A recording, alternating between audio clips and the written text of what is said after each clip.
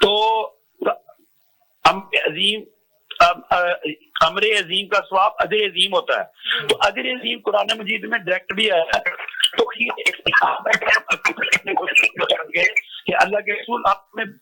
اجر عظیم کتنا کی ثواب ہوتا ہے. تو پیارے نبی نے صحابہ کرام کو بٹھا لیا اور پیارے نبی نے فرمایا کہ اجر عظیم اتنا ثواب ہوتا ہے جس کی کوئی حد نہ ہو, یعنی کوئی لمٹ نہیں جس کی. تو یہ تو ہمیں پہلے بتایا گیا ہے. لیکن روزے کے بارے میں پیارے اللہ سبحانہ نے, اللہ تبارک و تعالیٰ نے یہ فرمایا کہ یہ وہ ہے کہ اس کا میں حصہ ہی نہیں دوں گا, آؤں گا نہیں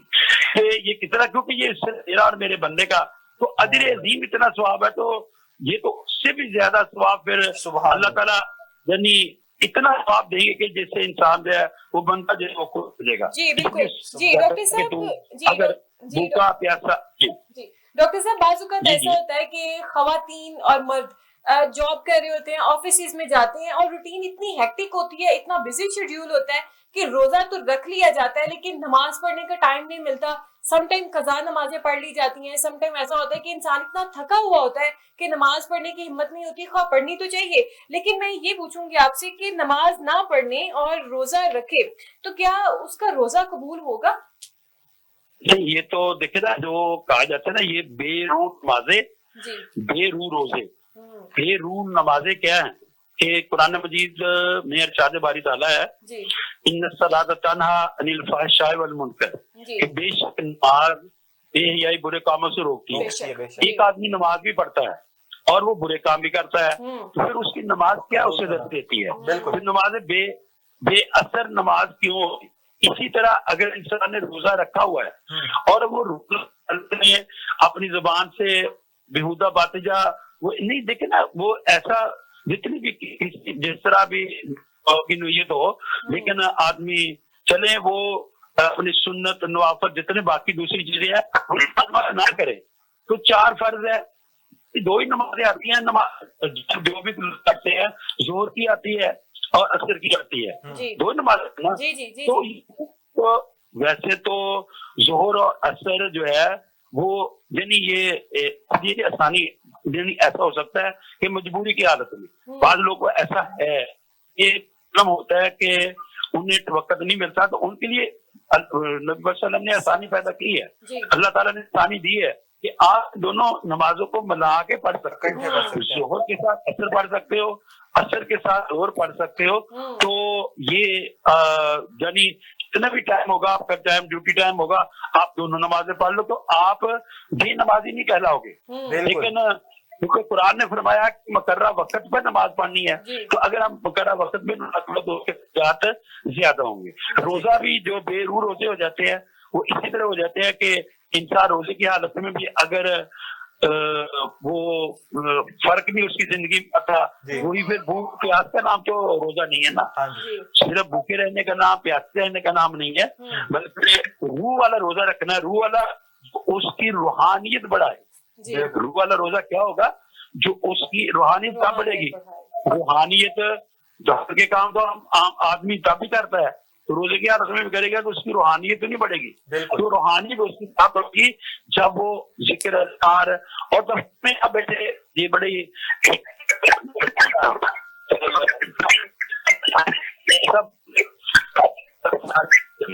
سبحان اللہ, اللہ اکبر, لا الہ الا اللہ. یہ تو آدمی چلتا پھرتا اٹھتا بیٹھتا بھی یہ کرتا ہے. وضو جتنے دفتر سے بڑے سخت سے سخت دفتر کی آپ نے بھی دیکھے ہیں, جتنے بھی دفتر ہوں آپ اس میں جا بالکل جتنی مرضی ٹفنٹی ہو اس میں نماز کے لیے ٹائم ضرور نکالنا چاہیے. اپنے آپ کو ادھر ادھر کی جو باتیں ان سے کو محفوظ رکھے, اس کا ہو جائے گا روح والی نمازیں. جی بہت شکریہ ڈاکٹر صاحب, آپ ہمارے ساتھ موجود تھے, بہت مفید باتیں کی.